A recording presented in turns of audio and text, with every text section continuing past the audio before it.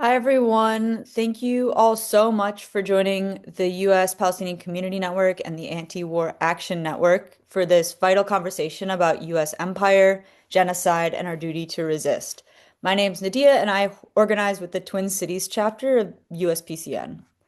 USPCN is a Palestinian and Arab community-based organization. Founded in 2006, USPCN engages in grassroots organizing in Palestinian and Arab communities in the U.S., positioning ourselves as part of the larger Palestinian nation, both in exile and in the homeland of all historic Palestine.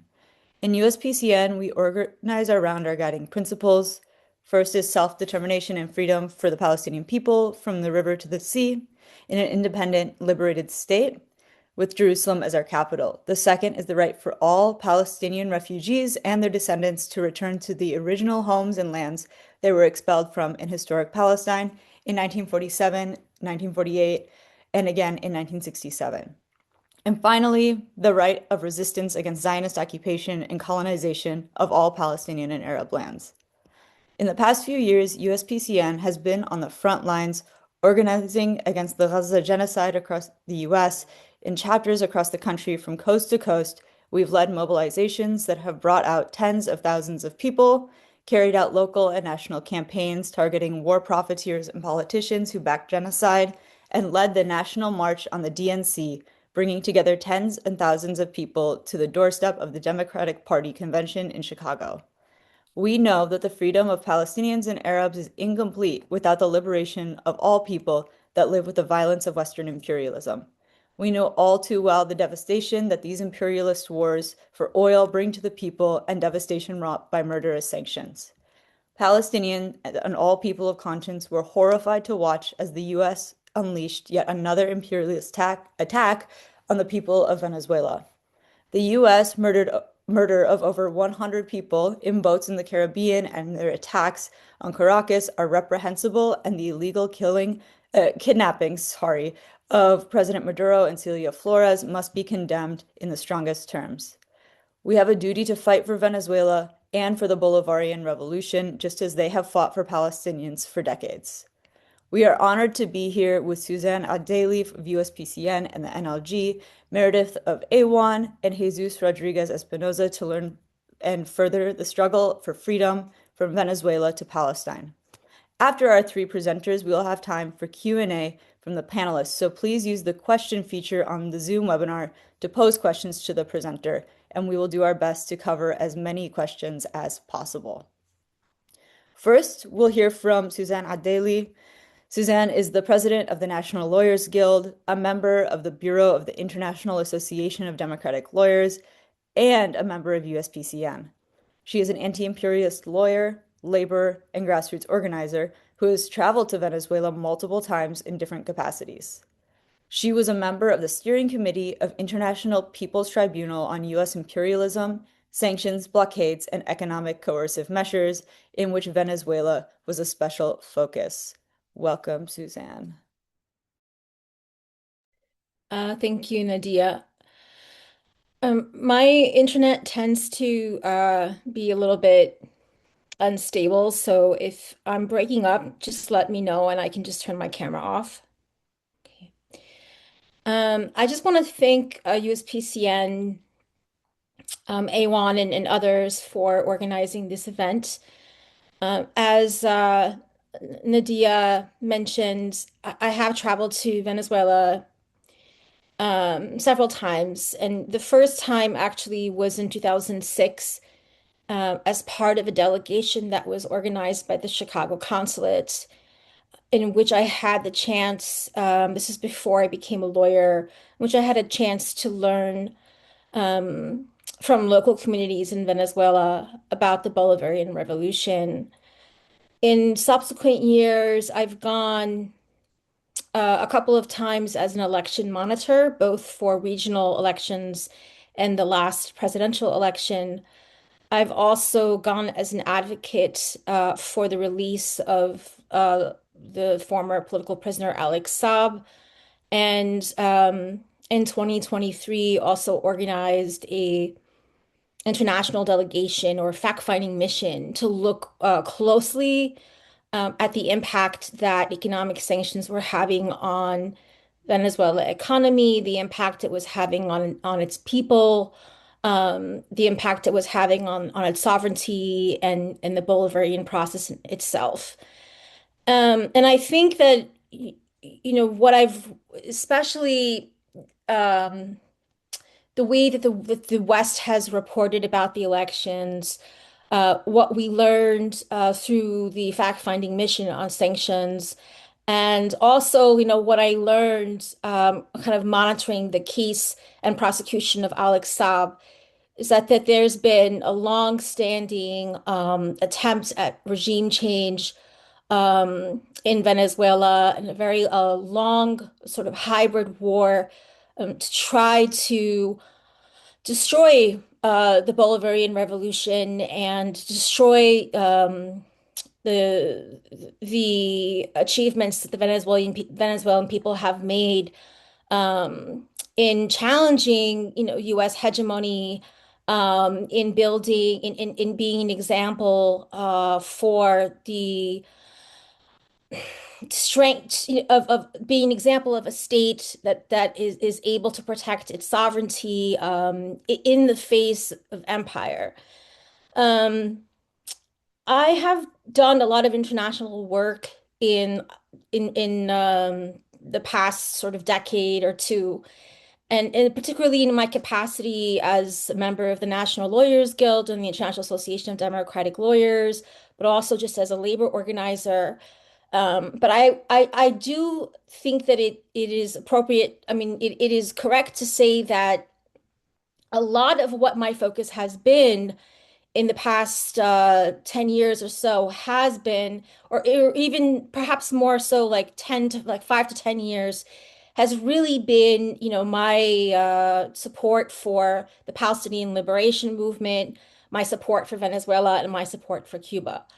Because I really sort of see um, the Palestinian liberation struggle, the Bolivarian Revolution, and the Cuban Revolution as three of the most important fronts of anti-imperialism, of sort of the presence of modern day internationalism, and the as leading and showing us sort of an example of what it means to fight for self-determination, to fight for sovereignty, to fight for equality in the face of a world capitalist system that seeks to exploit, and in the face of this ever violent empire. I wanted to just talk about the theme of today's webinar. I started to allude to a little bit of how I see the connection between Palestine and Venezuela as important examples of enduring internationalism, anti-imperialism. But they're connected in other ways. It is no coincidence that Zionism supports US aggression in Venezuela. And it's no coincidence that the fascists of Latin America, including the fascists of Venezuela, like Machado, support and have the support of figures like Netanyahu. And I also wouldn't be surprised if we were to note that some of the special forces that attacked Venezuela and kidnapped Maduro were some of the same special forces that have joined the genocidal IDF soldiers that have been murdering and massacring people in Gaza. There is a deep connection between the oppressors, and there's a deep connection between those that are fighting the oppressors.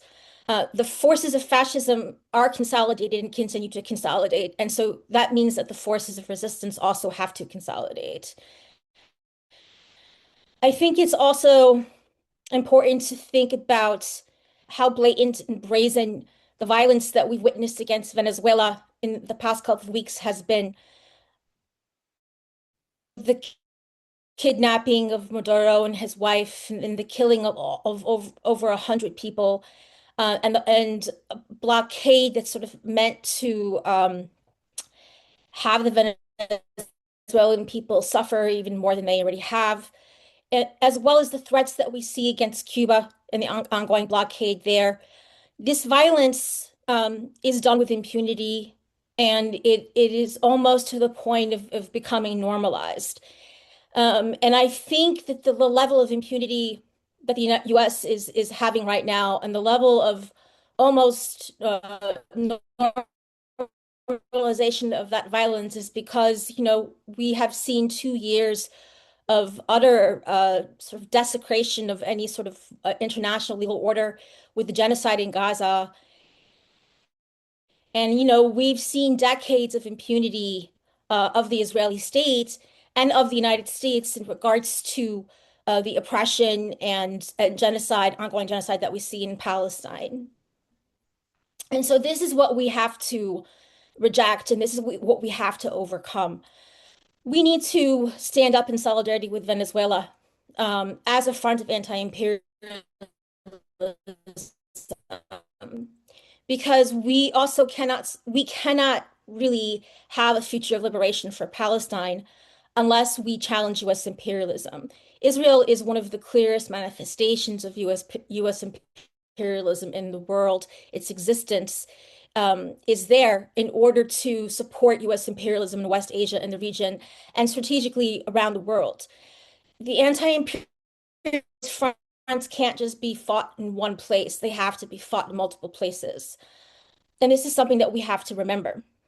I want to mention that there has been a lot of really sort of important and powerful messages that have come from the Palestinian resistance and solidarity with the Palestinian and Lebanese resistance and solidarity with Venezuela, including from the Popular Front for the Liberation of Palestine, from Hezbollah, from Hamas, and from Islamic Jihad. And I just wanted to read a little bit of the message that the Islamic Jihad had written because I think it's appropriate for this conversation.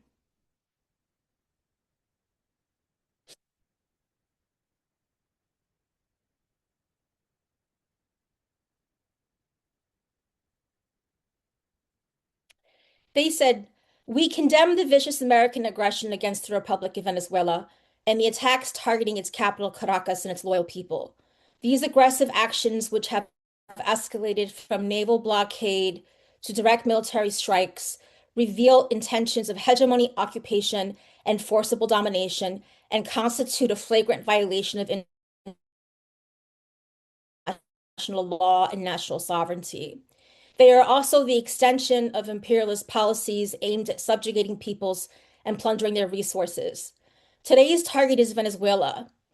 Today's targeting of Venezuela is a punishment for its steadfast international positions, particularly its historic and unwavering support for the Palestinian cause and the resistance forces in our region, and its standing with our people against war crimes and genocide.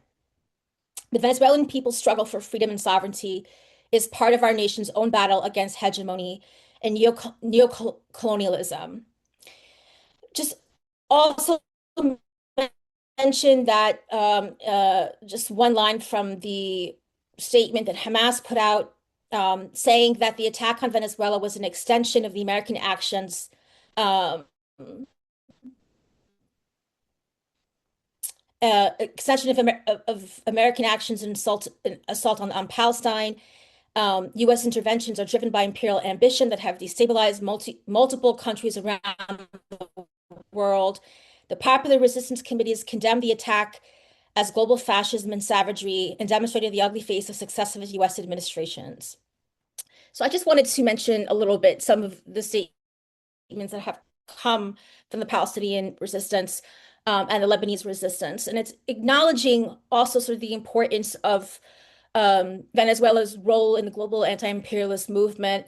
But it's also acknowledging that one of the reasons that Venezuela is being targeted, aside from the audacity of the Venezuelans to fight for their own self-determination, to fight for control of their own resources, for their own sovereignty, is that they are able in their strength to also stand up for other liberation struggles like that of Palestine. And this is something that ideologically the empire and its allies also seek to destroy, which is, I think, one of also the reasons why, they've also kind of been targeting Cuba for so long as well. And I just want to end by just sort of um, talking about, that this video that means a lot to me, which I've kind of like posted multiple times since the latest sort of genocide in Gaza of the past couple of years. And that's just a video of Hugo Chavez. I think it was in 2009 after Venezuela cut off diplomatic relations with Israel, and he was speaking to a group of workers, and he was saying in a very sort of emotional, very strong and emotional way, from the depths of my soul, uh, damn you, Israel, damn you. And every time I watch that, right, I think it is very cathartic. It kind of helps me sort of release some of my own anger. It is, I think it is sort of, for me, I think for others, it's a real sort of like picture of kind of like a historical kind of um, existence of anger towards uh, colonialism and imperialism in the countries and the regions that we're from. But it also in itself has an air of resistance that like helps us to remember who we are and that we are globally united in this fight. And I should actually just played it. I didn't think to bring it up, but I think you probably can Google it and find it easily. So thank you, and I look forward to hearing the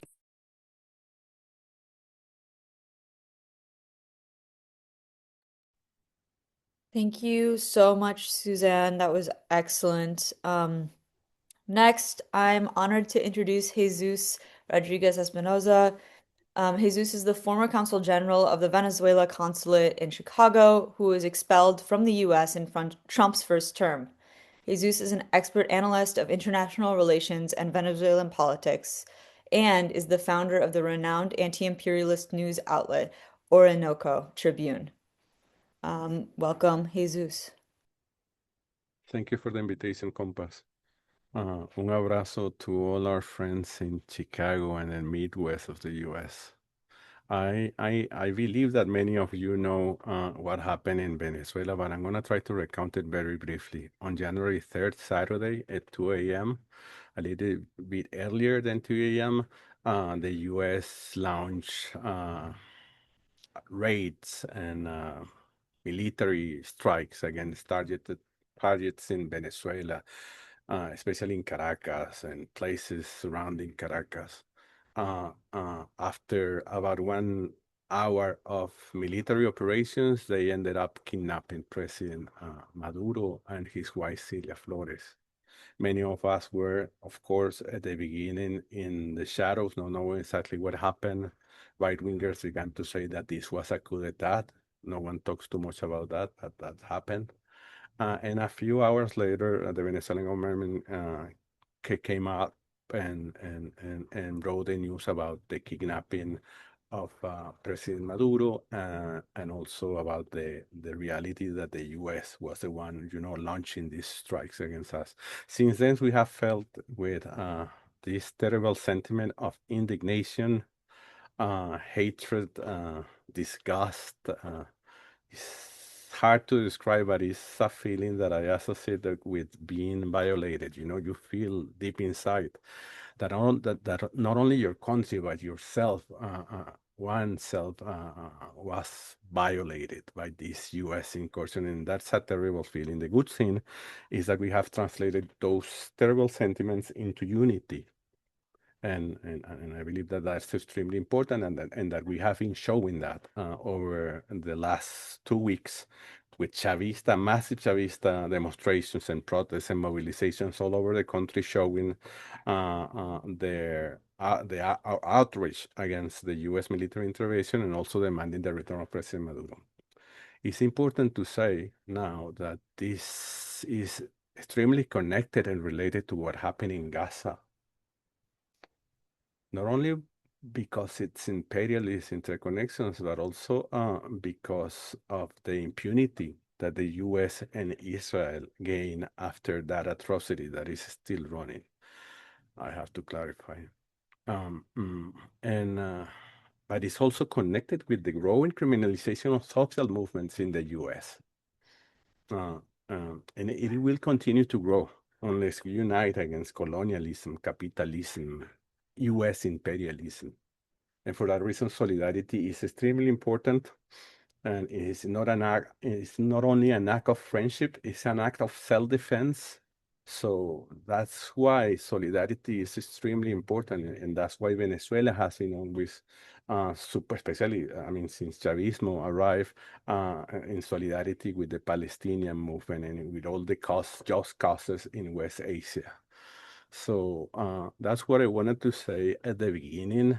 And now I want to say a few things that I believe that are important to understand what is happening right now in Venezuela. And one of those things is that there's no regime change in Venezuela. That's what Trump and Rubio wanted. I mean, I'm absolutely certain that what the US wanted after these strikes and this kidnapping of President Maduro was to break Venezuela, break the Bolivarian revolution, break Chavismo, and that haven't happened. And that haven't happened because Chavismo is a real thing. Like Chavismo is real. It's a massive grassroots movement that is behind our leaders, but it's bigger than its figure. And for that reason, I also need to say that Jesús Rodríguez, our acting president, and Diosdado Cabello are proven Chavistas. No one here is doubting their capacity to keep running the country under the banner of Chavismo, under the banner of socialism, of anti-imperialism, anti-colonialism. So in that sense, I believe that it's important to clarify that. I also wanted to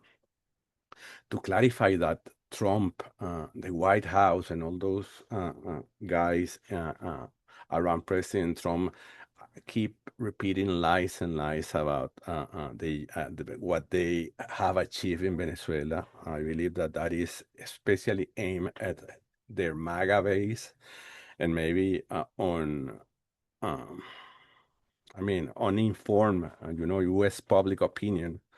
Uh, but the truth is that this operation, even in the U.S., did not bring massive support. And it's important to highlight that massive internal support in the U.S. In the contrary, we see that the internal enemy narrative has been growing over recent days in the U.S. So that says a lot about the connection between what happened in Venezuela and even the internal, struggles within the U.S.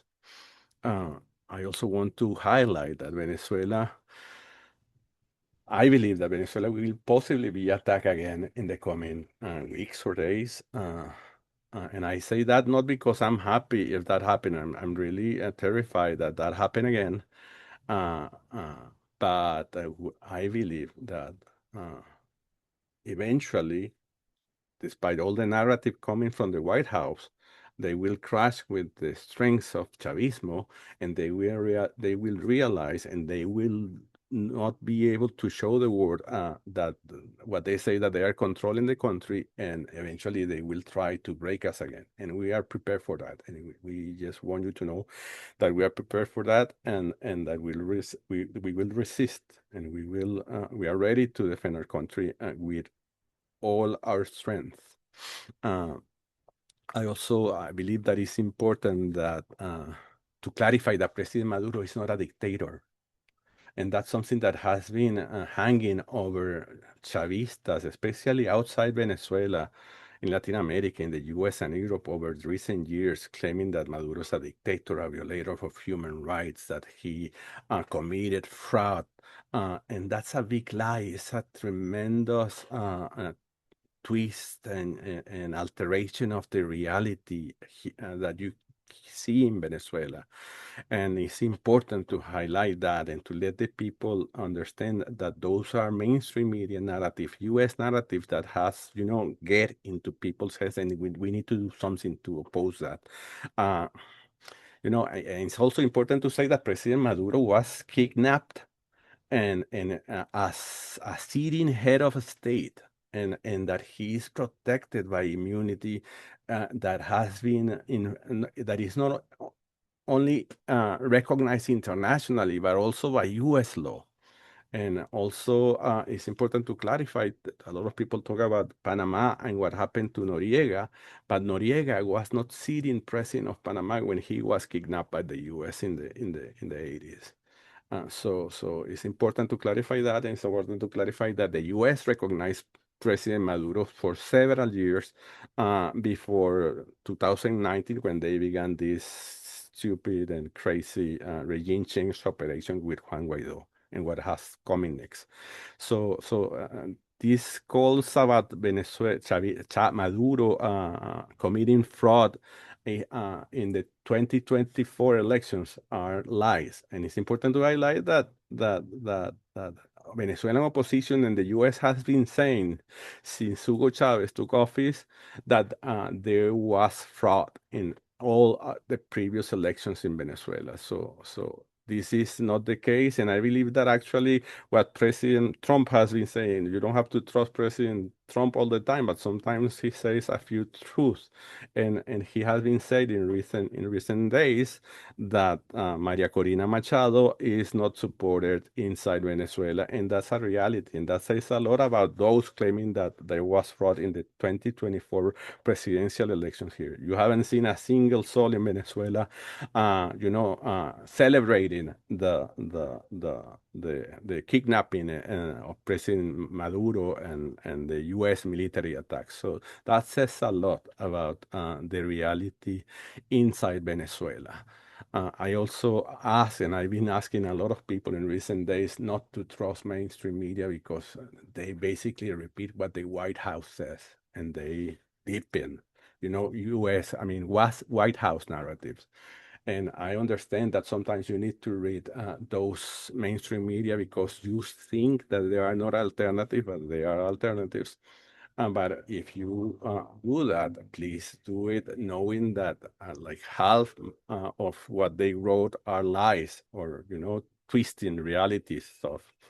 So they are trying. I'm telling you this because they have been trying since they kidnapped President Maduro to twist the reality of Venezuela, to claim that there was a division between Chavismo and treason and things like that, and that's not true. And Chavistas here in Venezuela do not feel like that. And there might be a few exceptions, of course, but the majority of the Venezuelans are united around Chavismo, and it's clear when you see the massive demonstrations, but also when you see the unity of the Chavista leadership in all the events and ceremonies that has been happening in the country since the U.S. attacks. So I believe that it's extremely important to highlight the role of mainstream media in this, operation against Venezuela. That is not new. That has been happened since Hugo Chavez took office in 1999. So I just wanted to add also that Venezuelan authorities are doing the best they can. That's my opinion. Doing some sort of diplomatic juggling in recent days, trying to preserve Venezuelan sovereignty while continuing the Chavista path. So I'm pretty sure that we will see Venezuela giving some concessions to the U.S. in this attempt to preserve our sovereignty, also in the attempt to bring back President Maduro. So that doesn't mean that Venezuela, that Chavismo is capitulating or something like that. I believe that is extremely important to understand the differences and to understand the responsibility that a leadership has for its people. So I wanted to highlight that because that's another trend that has been, running over the days. And it's also important to say that, to connect to what I said at the beginning, uh, that everything that has been happening in Venezuela is connected to Zionism. And it's connected to Zionism directly via Israel, but also indirectly through U.S. imperialism. Because U.S. imperialism, that means the U.S. oligarchies are extremely intertwined with Zionism. And that is something that is extremely important to understand. I mean, and Delcy said, yes, it's important to highlight that Delcy Rodriguez said a few hours after the U.S. strikes, in the first meeting that she held with all the cabinet and the highest, military authorities of the country, the first thing that she said is that there was this smell to Zionism in what happened.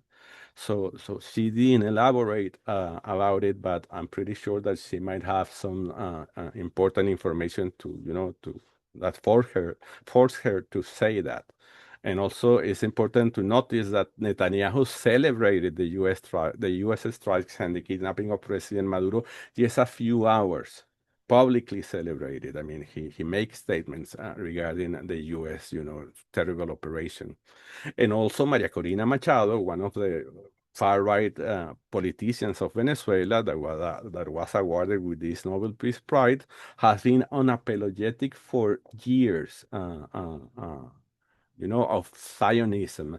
She have applauded the U.S. And the Israeli genocide in Gaza. She have claimed that in the case that she take office in Venezuela, I don't know when, she will move our embassy to Jerusalem.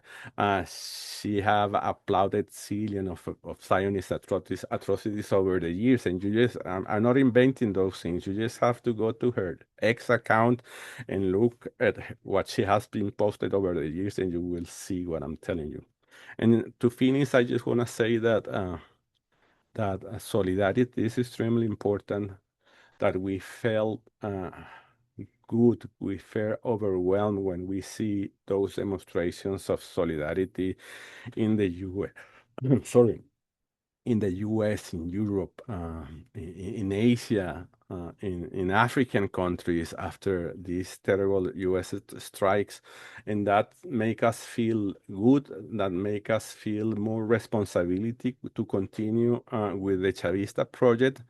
But I wanted to say that we need to try to find new ways to improve and to have more disruptive and creative ways to protest, because those traditional ways to show solidarity and protest are good.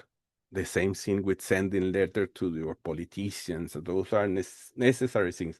But we need to find out new ways, more disruptive ways to protest and to fight imperialism. I know that that's not easy, but we need to try to figure out those things. And also those new ways should aim at the oligarchy and the corporations, the ones that are actually running the show. So with that, I finish my words, and I just want you to know that we here in Venezuela again are ready to defend our country with our nails if that's necessary. Thank you so very much, Jesus, for that incredible insight and that fantastic call to action. Now I am going to remind you that Q&A is open, so make sure to submit questions. I'm sure we have a lot after hearing such amazing insights and words from Suzanne and Jesus. So, well, you think about any questions, we're also going to be listening to Meredith from the Anti-War Action Network. I'm honored to introduce her. She is a co-founder of AWAN, who has been leading grassroots organizing in solidarity with Palestine and Venezuela for decades. AWAN was founded last February in St. Paul when anti-war and Palestine solidarity groups from around the country came together to formalize the relationship that they already had from doing some national days of action together. Most of the organizers AWAN works with and started organizing in the past 3 years with, and AWAN is a space where newer organizations can hear about organizing in other cities and get a sense of what they want to do and plan actions together. Although most of what AWAN has worked on is Palestine solidarity, the past few months they have been leading more protests around Venezuela solidarity because they are broad-based, not just single-issue group. In their short time, they have been extremely effective and have grown into membership in 25 cities. I feel really grateful to work with these amazing folks in Minneapolis and also to be connected nationally. Thanks, Meredith. Thank you very much. As you can tell, my voice is awesome. I'm going to do I'm going to do my very best to sound better. I was really hoping that I was going to sound strong and militant and kick butt, but this is the best version of me that you get. Sorry. Thank you for the outstanding analysis connecting Venezuela and Palestine from Suzanne and Jesús. And thank you to USPCN for organizing this event with us. We think it's really timely and we think it's really important. Tonight, I'm speaking from Minneapolis, and right now we're facing the ICE upsurge that our siblings in Chicago and Portland and Washington, D.C., and other places around the country have already faced, and that unfortunately, maybe other cities across the country are going to face next. And the level of violence that the Trump administration is using against immigrants and non-immigrants is absolutely terrifying. Students don't feel like they can go to school. Parents don't want to go to the grocery store. Immigrants don't want to go to medical appointments. And here in Minnesota, it feels like nowhere is safe. However, in all honesty, I feel like the people of the world also feel that way from the Trump administration. Palestinians continue to be killed by US-sponsored Israeli occupation, and Trump continues to move forward with his board of peace despite daily Israeli airstrikes. Venezuela and its neighbors faced months of attacks on fishing boats, and which escalated into seizures of oil tankers, and then escalated to the seizure of the kidnapping of the president and the first lady. And now the U.S. is claims to run Venezuela from D.C. But I'm very thankful that Jesús pointed out that, as a matter of fact, this is an example of where Trump says stuff that's not actually true. The U.S. is not actually in control of Venezuela. The story is not done, and the Venezuelans are fighting back, and we here in the United States need to keep resisting just like the Venezuelans are on the ground. But in addition to all those events, Denmark and NATO have been threatened with military aggression to steal Greenland for resources and to secure Arctic trade routes.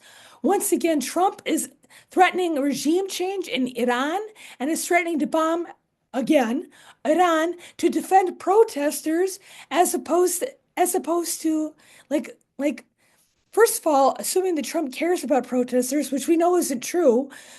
I could say that as a personal example. Here in Minneapolis, he doesn't care about protesters, but also dropping bombs does not help protesters. As a matter of fact, it just endangers more people. But also, Trump bombed Nigeria in December and continues to support a proxy war in the Democratic Republic of Congo.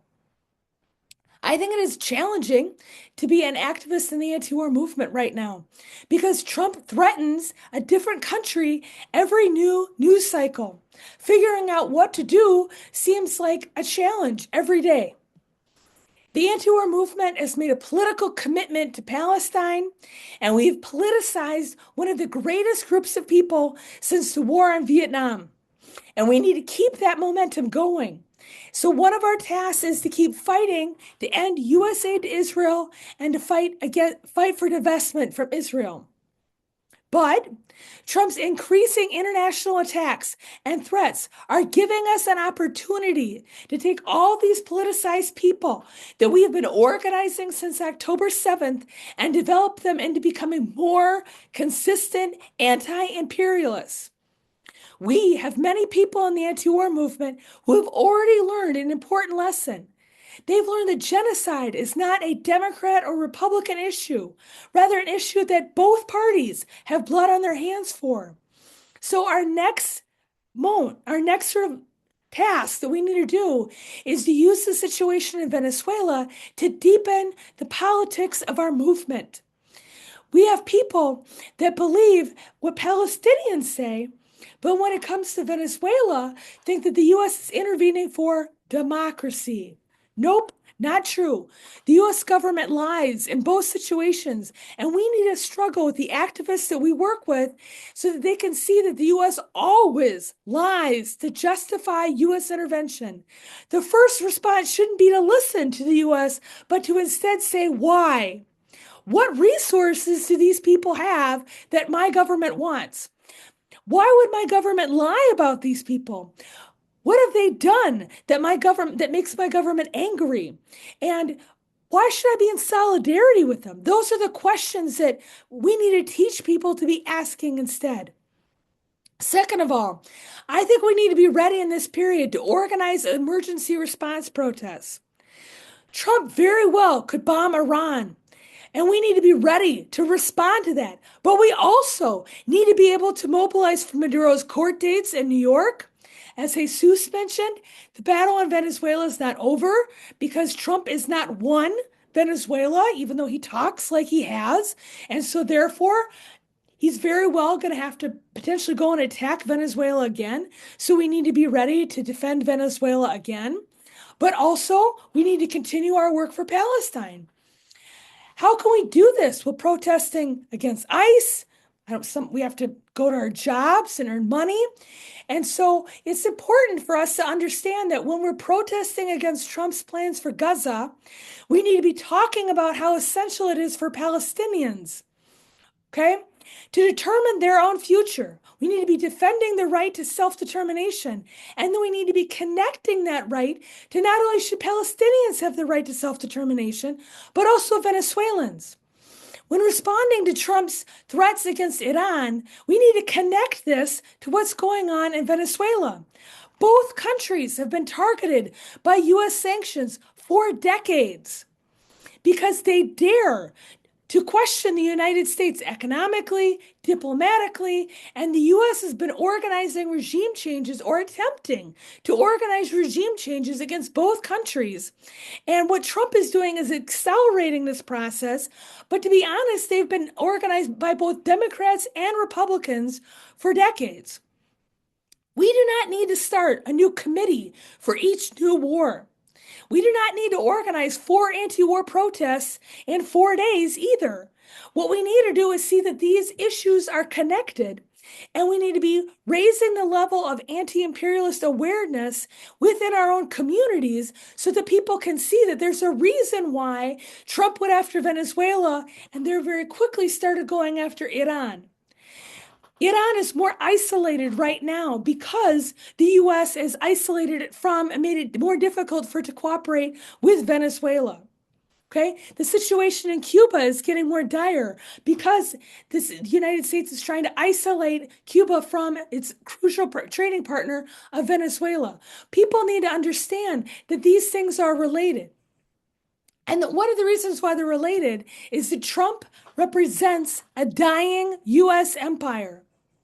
The United States is attacking people in Minneapolis, Gaza, Caracas, Tehran, because the U.S. can no longer make the world do its bidding.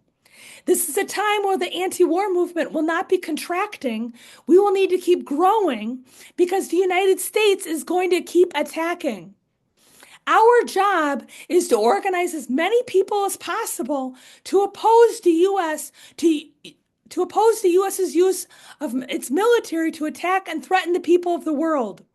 And in doing so, we need to raise the level of politicization of Americans so that they understand that they have more in common with a bus driver in Caracas than they do with the CEO in their own country. Thirdly, I think it's essential that in this period, we are organizing street protests. This is not a time for us to be merely an educational movement. We have a unique opportunity right now to struggle with liberals by saying, if you are pissed off that Trump is trying to do a regime change in Minneapolis and in Minnesota, which is what he's doing, if you're furious about Trump's troops illegally detaining people, then you need to pay attention to what's happening in Venezuela and what's happening in Palestine. People here want to take action. They want to challenge the Trump administration. And many of the protests that are being organized by groups like 5051 and similar types of groups lack specific demands or examples of what the Trump administration has done. We need to be a part of these movements by providing political analysis and demands to deepen these movements. But we also need to call for our own actions because we need to show that Trump does not speak for us. Lastly, the anti-war movement needs to support the fight against ICE. We have skills. We have been fighting against genocide for 3 years. We've learned how to speak. We've learned how to marshal protests. We've learned how to organize protests. We've learned how to use social media. We've learned how to talk to our coworkers. We've got skills, okay? Many of the people in our movement did not have these skills before October 7th. And now you can use these skills to be supporting the movement for immigrant rights. However, just like during the movement for Palestine solidarity, we need to take political leadership from the immigrant rights movement.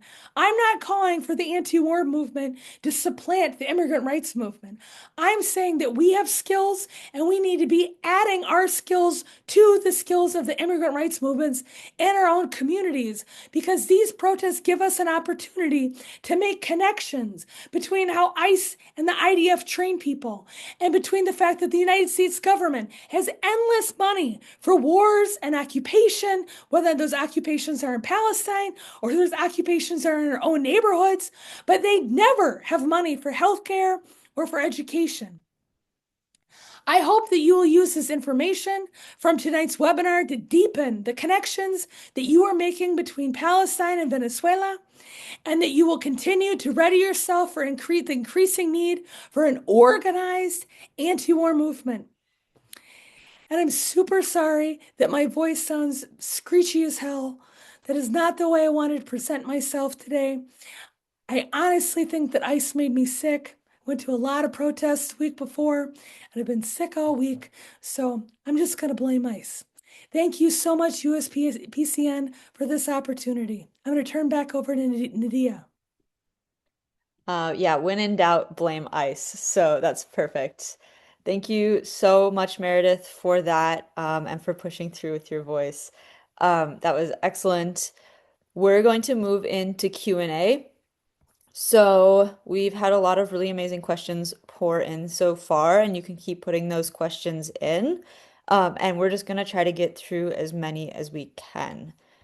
So the first question is, what should our role as those living in the United States be in supporting Venezuela's fight against U.S. imperialism, the people's right to resist, and their right to self-determination? I believe that Meredith said it perfectly.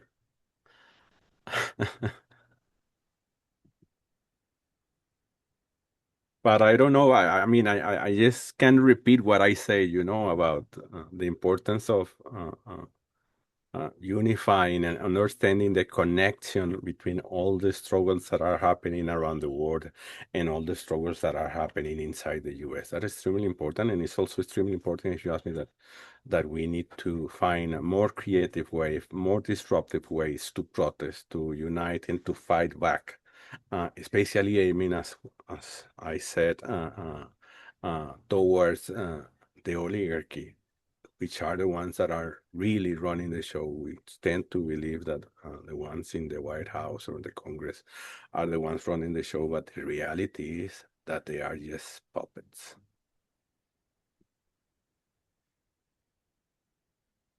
Okay, anyone else, or we can move on? Yeah, awesome, Meredith.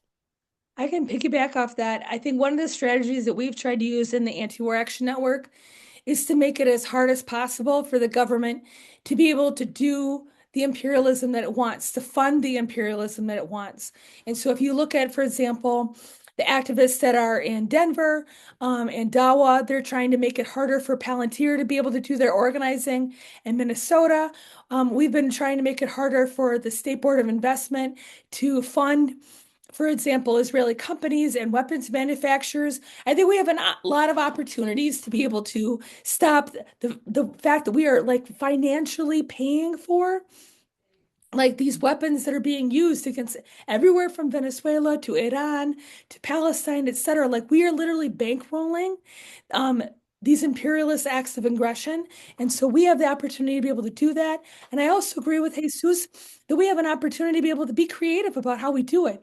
And that could be from guerrilla theater, that can be from acts of civil disobedience, that can be from there are lots of opportunities to be able to do it in a way that gets the media's attention and to be able to inspire people in your own community to fight back.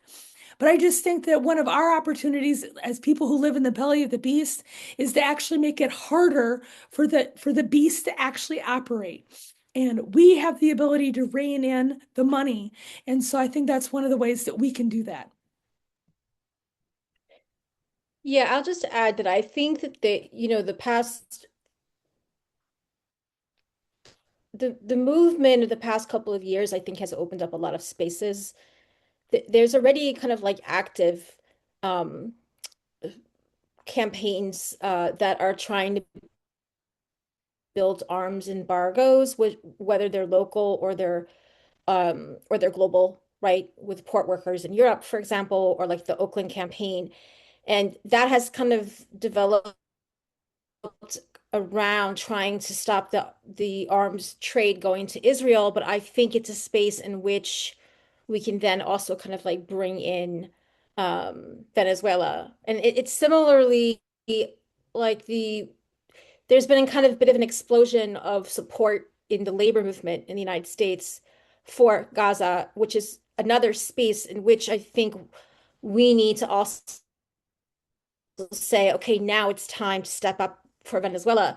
And, there actually has been quite a number of resolutions that have come from unions, even the more conservative ones. However, I mean, some of those resolutions, I think, wouldn't be as vocal if there was a Democrat in office doing the same thing in a more covert way. So there's still, I like, just from being in these spaces, there's still a need for us to sort of to give the political analysis, the political education. And I think there's and that includes really challenging some of the rhetoric that is coming from the more liberal left, that I think is kind of putting sort of like doubt in people's minds, I think a little bit. And so, and including, I thank you for bringing in Iran, Meredith. I think that is a similar situation. Amazing. Thank you so much for all of your answers. Our next question is for Jesus. They say, thank you, Jesus, for your militancy.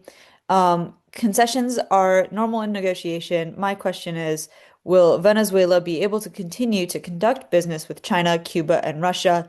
Because the mainstream media seems to be repeating Trump's claims that he will not allow that to continue. Do you hear me? Okay, because the muted sign was there. Um, I believe that that's extremely connected to what I say about this narrative about uh, acting President Rodriguez or Diosdado Cabello, the leadership of Chavismo, being traitors or whatever. I believe that that's the same, or that President Trump is in charge of Venezuela and he is the active president, as he posted on his social media platform a few days ago.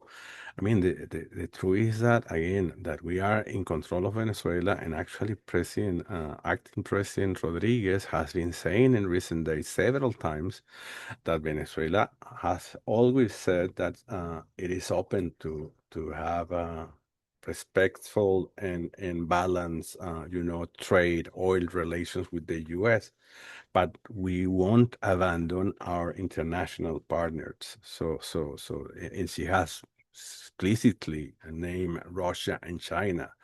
And Russia and China have a lot of, business and oil interests in Venezuela, and they will not abandon them just because, the U.S. sitting president says so. Those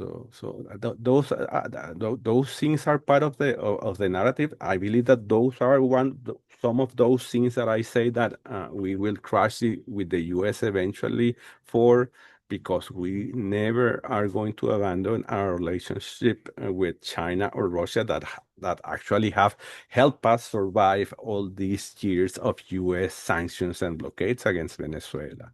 So that won't happen. Of course, the U.S. have the military kidnapping and robbing Venezuelan oil tankers over the Caribbean, and they will try to present that how they manage that oil will be like they controlling Venezuelan oil industry. They will try to do some sort of juggling act to show those illegal actions as a victory, and whatever they do with that oil, they will present it like Venezuela is, a colony or whatever. Awesome. Thank you so much. And kind of related, and again to Jesus, this question is, what are your thoughts on the impact of Trump's plan in Venezuela, given that the U.S. oil companies so far have refused to invest in the Venezuelan oil industry? Yes, I saw a lot of questions regarding that issue in the question and answer part in Zoom. And I mean, it's important to say that we have tens of international corporations doing business, oil transactions, oil operations in Venezuela. Actually, we have Chevron that begged for years to have a OFAC license, allowing it to regain operations in Venezuela. And they are extremely happy because they are making money in Venezuela. What you hear in this crazy meeting with Trump and the oil oligarchs was that, for example, ExxonMobil, that has swear, I mean, that is a swear enemy of Chavismo, since Hugo Chavez changed the rules of oil operations in Venezuela in 2006, 2007. And they claim that they won't invest in Venezuela because Venezuela needs structural changes. But what that really means is that they actually recognize that the U.S. is not in control of Venezuela. And for that reason, they cannot make those changes. And for that reason, they won't invest in Venezuela. But there are plenty of other U.S. corporations and international corporations that will invest in Venezuela, even in the scenario that the U.S. began to lift sanctions against Venezuela. That will be great if you ask me. But of course, that will depend on how the Venezuelan government, the Chavista government led by Jesús Rodríguez, manage this that eye level juggling diplomacy, thing. But that's basically it. I mean, oil corporations love make money, and oil is one of those businesses where corporations makes a lot of money, and those companies, corporations saying that they are not investing in Venezuela are just because what Trump is saying, are saying so because what Trump is saying is somehow twisted, and they didn't say it publicly so straightforward, in a straightforward manner, but they are saying it. Thank you so much for that. This is shifting back to the US and movements in the US, and it is a question for everybody. How do you suggest that smaller cities in red states with very little turnout to street protests respond with effectiveness?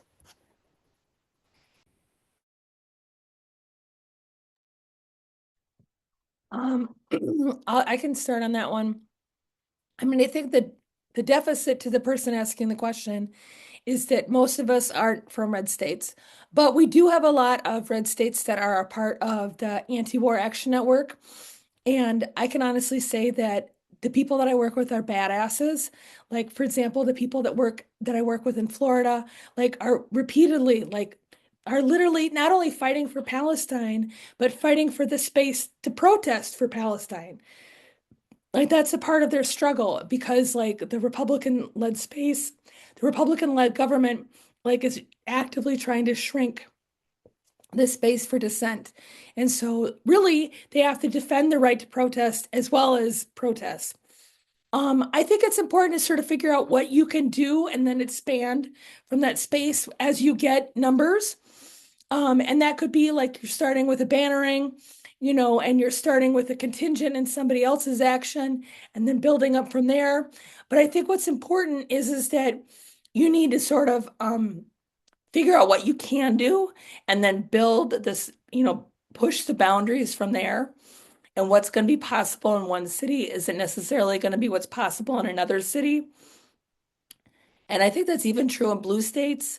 For example, in Minnesota and Minneapolis, we don't apply for permits ever unless it's, for example, a national security event. We're like, screw you, we're not doing that. But there are other places where you actually have to apply for a permit, but we fought that battle and we won that battle and we're not giving that up.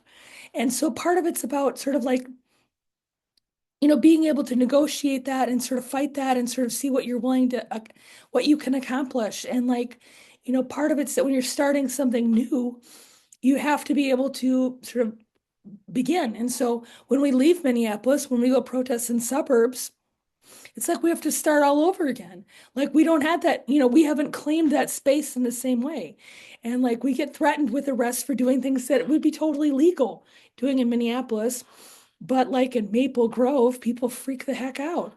And so I think it's important in any new situation when you're protesting is that you have to be able to experiment and be flexible and try to sort of see what you can get away with and see and sort of go into a situation with plans A, B, C, and potentially D, and to sort of see what you can grow in terms of space. But also, the more people you have, the more you can get away with. So movement building, I think, is really key because the fact is that you might not be able to do something with 25 people, but you can totally do that thing with 250 people, and you could totally do something different with 2,500 people. And so movement building also changes the scope of what you can get away with. I would add to that, Susanna, go ahead. Okay. Go ahead, please. Thank you. I just wanted to add that I understand that difference between red and blue state and how complex that situation is based on the polarization in the US in recent years.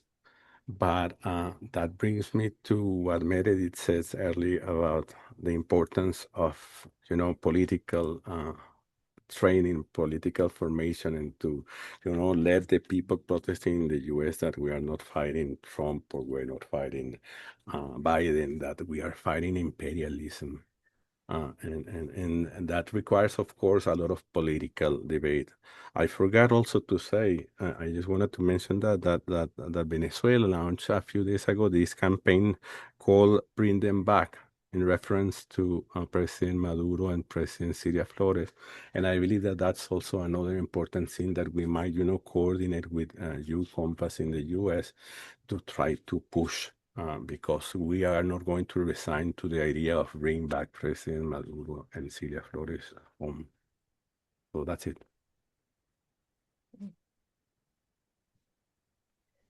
Yeah, I mean, I was just gonna also contribute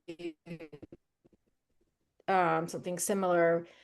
Just say, so in the National Lawyers Guild, we send observers out to support protests around the country and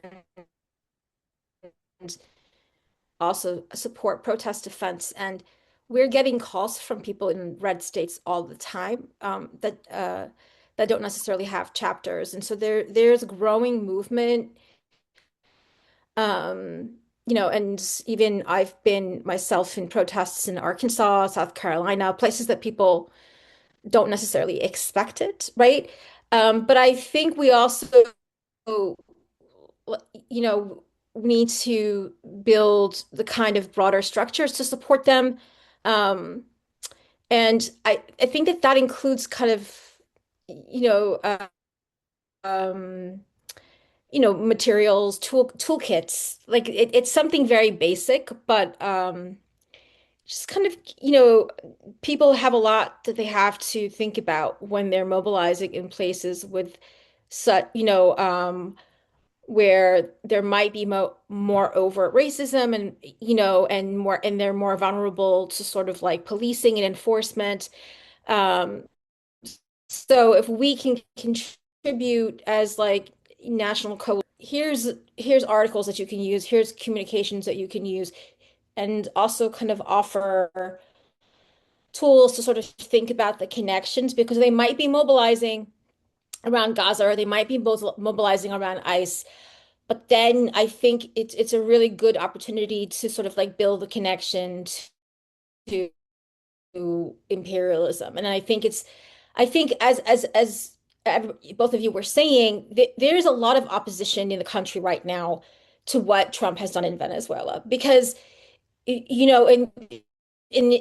from people who've never thought about Venezuela, but they just can't believe that the United States can act in such a violent and like illegal way, like out in the open that way, right? And this is a really good opportunity to link that to what they're experiencing locally. And I think that there's ways that we can kind of like help that along through the national coalitions and structures that we build.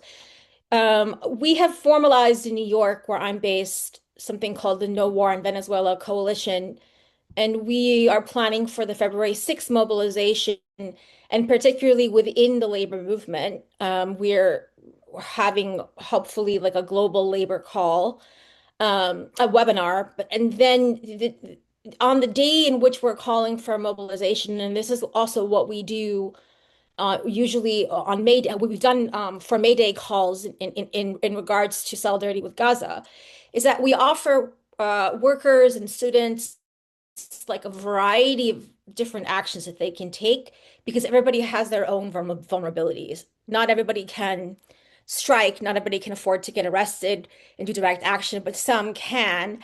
Uh, but there's different levels of engagement that people can participate in such actions. And it's helpful for those of us with the resources and the experience to try to kind of like offer um some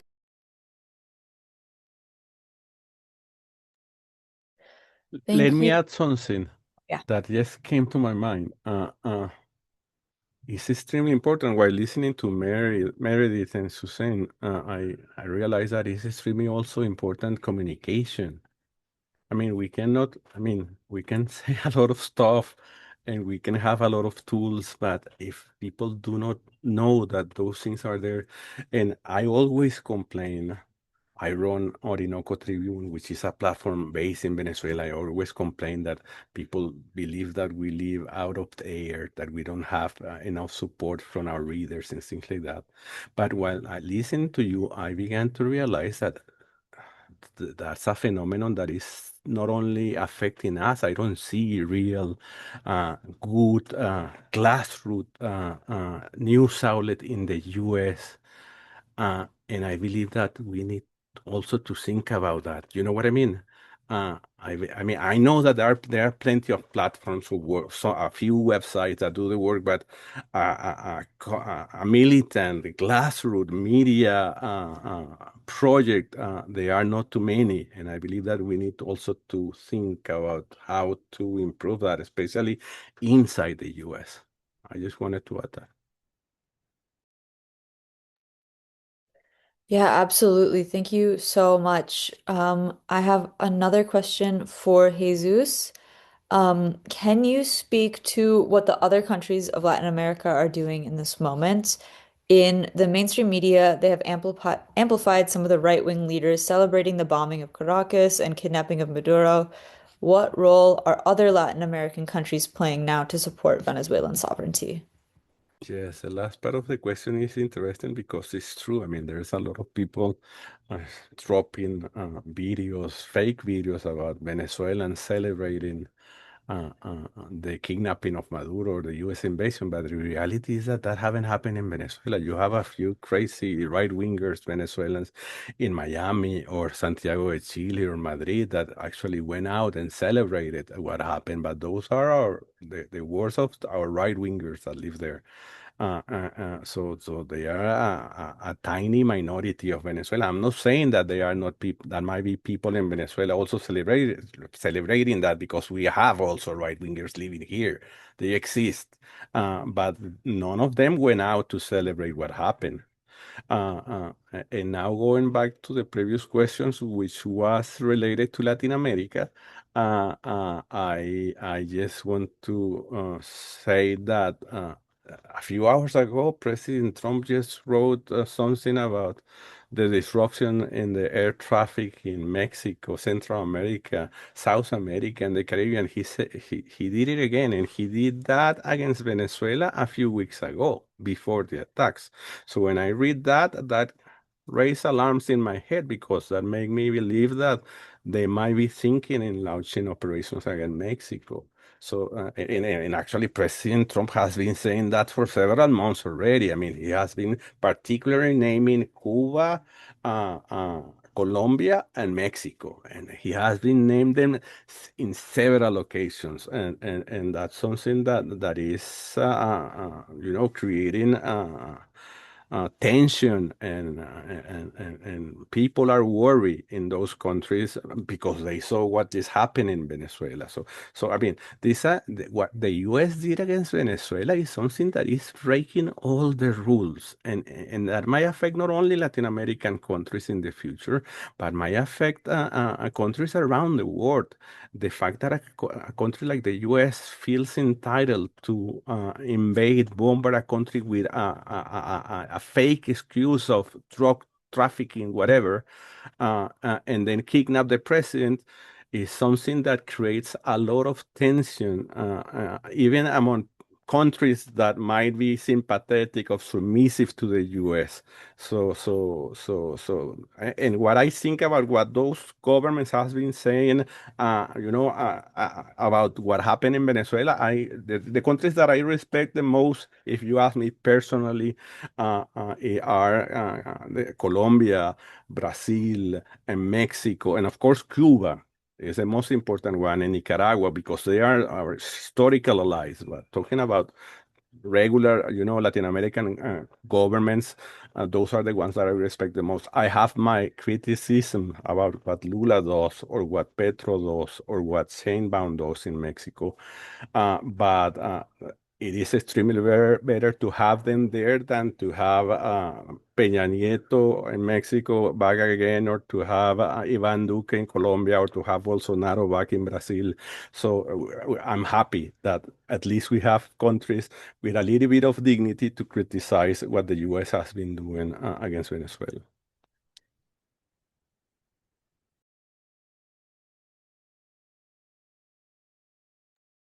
Meredith, did you want to add something? You're muted. Yeah, but it's actually to the previous question because I'm a muffin head. To the previous question asking about like where we were talking about media.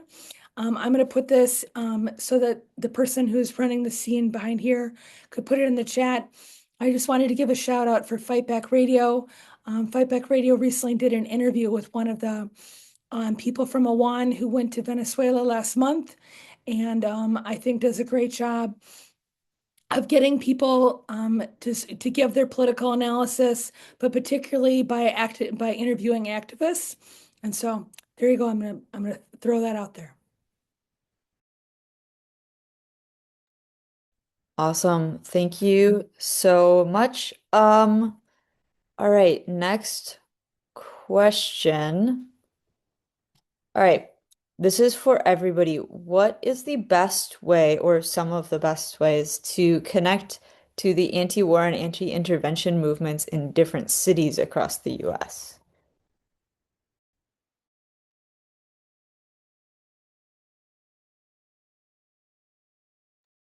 Like best ways to connect to it. I guess first of all, it depends on whether or not what's going on in your city. Like if your city has something, then I think you should join it, and find something that's a good fit for you. Like Nydia and I have two very different experiences, have two very similar experiences where like we wanted to do work organizing and we didn't feel like we had something that was the right fit for us. And so we founded something, right? Nydia recently helped form the USPCN chapter in Minneapolis. And I helped form the Minnesota Anti-War Committee when I was similarly young, like Nydia. Um, and so I just feel like, so some of it is sort of like figuring out what exists in your universe. Like, is there something that you could be a part of that you feel like is a good fit for you? And if not, then organizing something that's a good fit for you. If you, for example, have something, and then I think, or relating to the Anti-War Action Network is an opportunity. One of the things that I love about the Anti-War Action Network is that most of the people who are coming to our organizing meetings and that are on our chat are people who have been organizing for 3 years or less. I have been organizing for way longer than 3 years or less. I'm just kidding. It's closer to 30. But the fact is that like it's an opportunity for people to share things. And so people will be like, oh my God, we're doing an action about Iran tomorrow. Does anybody have any Iran chants? And like people are sending Iran chants, or people be like, oh, we want to have an emergency response flyer about Iran. Does anybody have a flyer that they could share? Or people will be like, oh, we want to, our students are doing this occupation action. What are ways that people have supported their student occupation actions? And it just gives you an opportunity to have a bigger universe of people to get advice from. And that's one of the things that I really wish I would have had access to that when I was a younger organizer starting off. I didn't have the opportunity to be able to talk in real time to people all over the country to share those types of ideas. And so I think that's another opportunity that if you have something, if you are in a group that you can connect to other people. And then I also feel like one of the benefits that we do as the Anti-War Action Network is that by having days of action, you can sometimes it motivates you to sort of like actually organize something, but also it can actually give you a vehicle by which to get news attention. Because sometimes, at least in Minnesota, the news media won't cover something if it's just, oh, here are these people who hold signs. But if we say it's like, oh, this is a part of a national day of action where people are doing protests in X amount of cities, they'll be like, oh, okay, that must be a thing then. And then they'll come and cover it. And so I just feel like being a part of something bigger also has the ability to amplify your voices, and then gives you an opportunity to share resources with other people, like in terms of like sharing press releases or chant lists or things like that. And so those are some of the lessons that I can share from the Anti-War Action Network.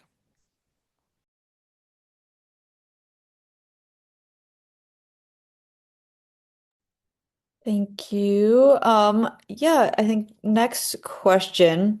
This is also for everybody. Um, as in the 1960s, looking at also at Iran, Yemen, and other fronts, do you see the struggle and the continuation of the civil rights movement as the movement under which people in the US must come together?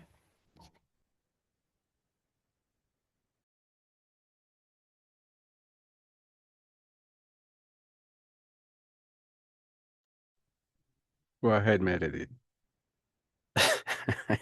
You tell me which question that is. I like to also look at the wording while I'm trying to answer it. Yeah, what was Yes. it? For all of you, as in the 1960s, looking also at Iran, Yemen, and other fronts, do you see the struggle and the continuation of the civil rights movement as the movement under which American people must come together? I mean, to me, it's not the same as the civil rights movement. But I think what's similar is that people are starting to see a relationship between, for example, the US's agenda and a place like Palestine, and then the US's agenda and a place like Venezuela and Iran, etc. And it began and it starts at a surface level. It's like, oh, well, look at with Iran and Venezuela, it's obviously oil is something that connects it. But then you start to realize, like, actually, oil is a part about the situation in Palestine as well. Like, one of the reasons why the US wants to control, for example, that region is oil, right? And the US uses Israel as like an aircraft carrier for the whole region. But it's starting to get people to think about the geopolitical relationships between why the US acts the way that it does across the country. And also, I think that people are inspired by the way that, for example, Palestinians are fighting back. I think that the Venezuelan, like Bolivian revolution, has inspired people all over Latin America to stand up and fight back to the US. Like, I think one of the reasons why the US, one of the reasons why the US is so terrified by Venezuela is the fact that Venezuela has inspired people all over the region. Like, the US doesn't have Latin America on lockdown the way that it has historically thought it did, because in part Venezuela has inspired people to say no, we don't think we have to do that. And so I do think that people are starting to make these connections both internationally and domestically.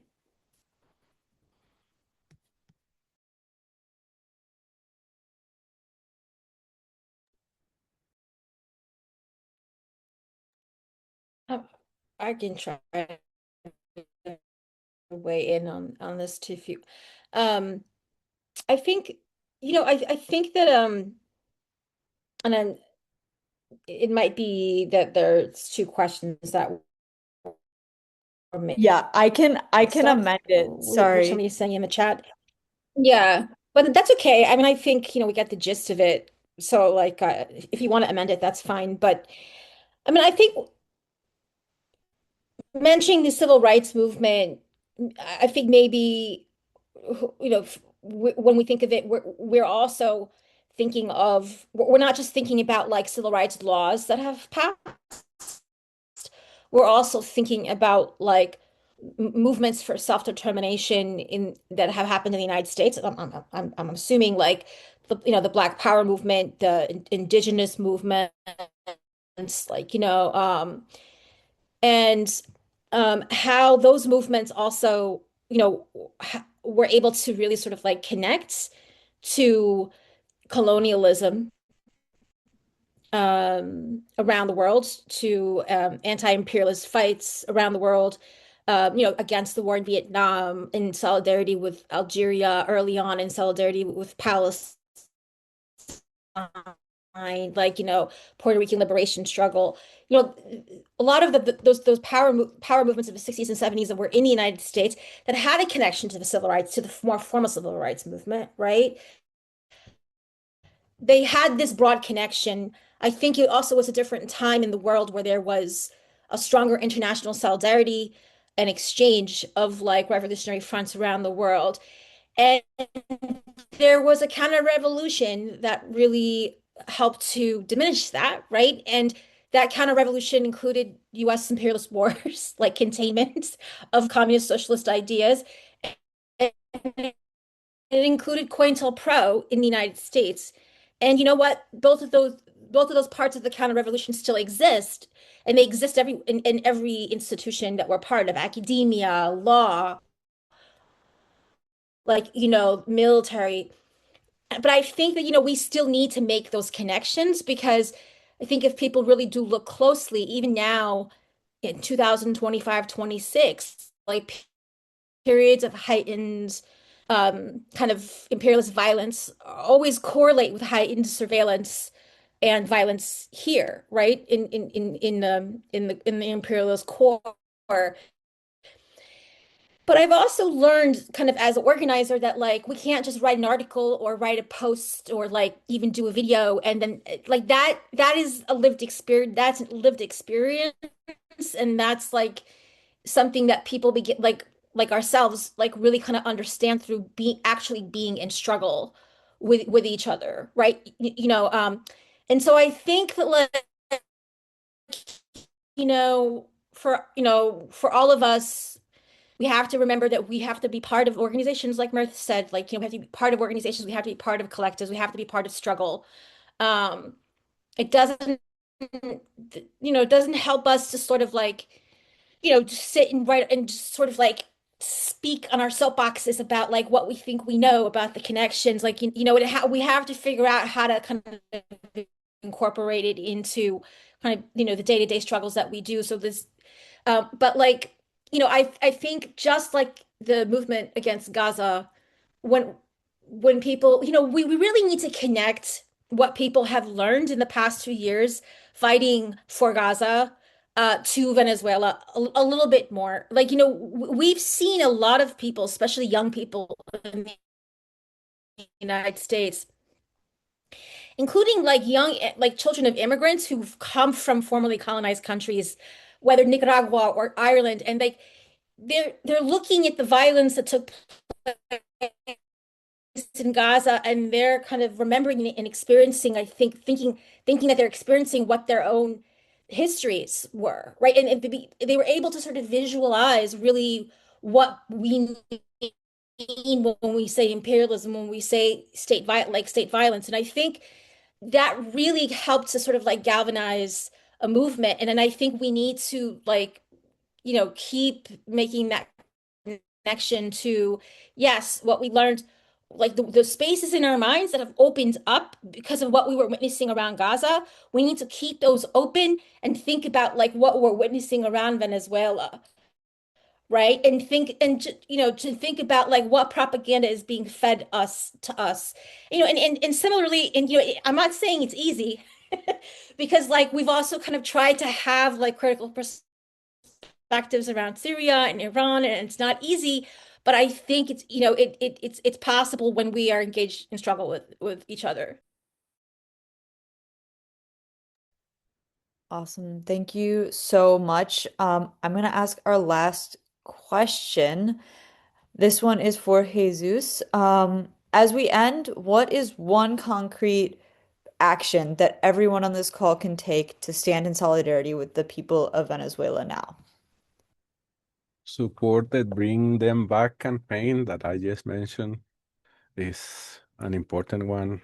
And again, try to figure out new disruptive ways to to fight the imperialism, not only for Venezuela, but for the sake of all of us. And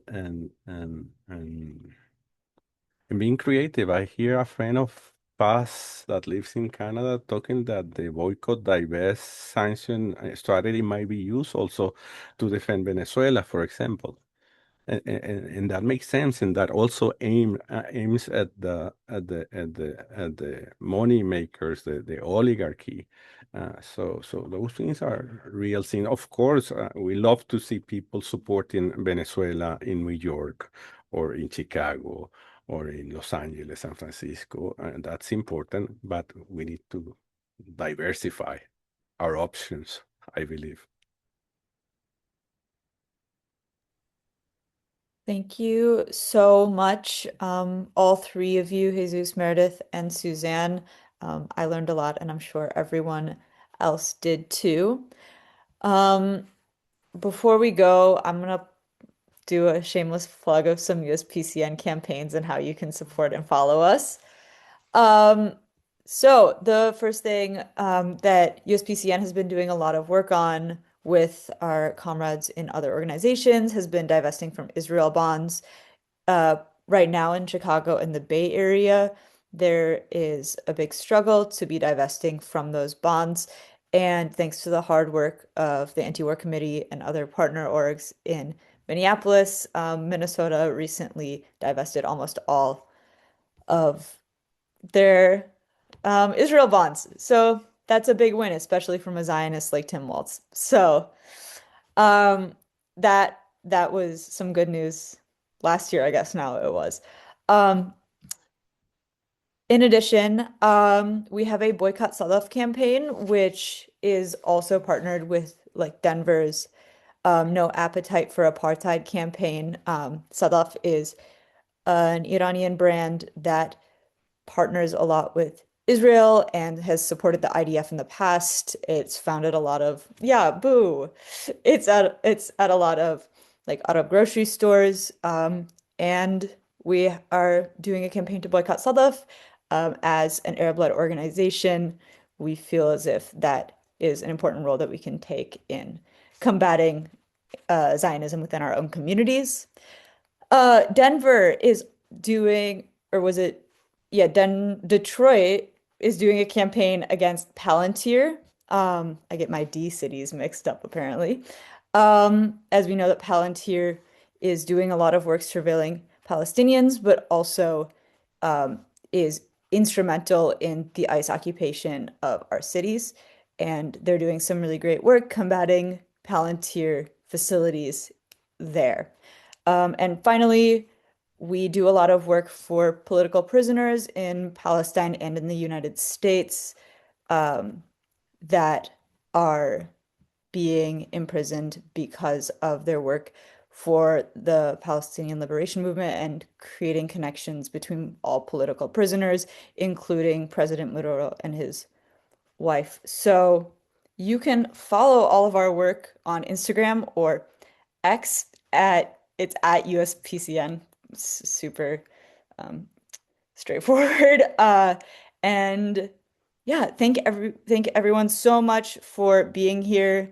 Thank you, Jesus, Suzanne, Meredith. This was really excellent. Free Palestine and Viva Venezuela. Free Palestine. Thank you, everyone. Un abrazo con paz. Thank you very much.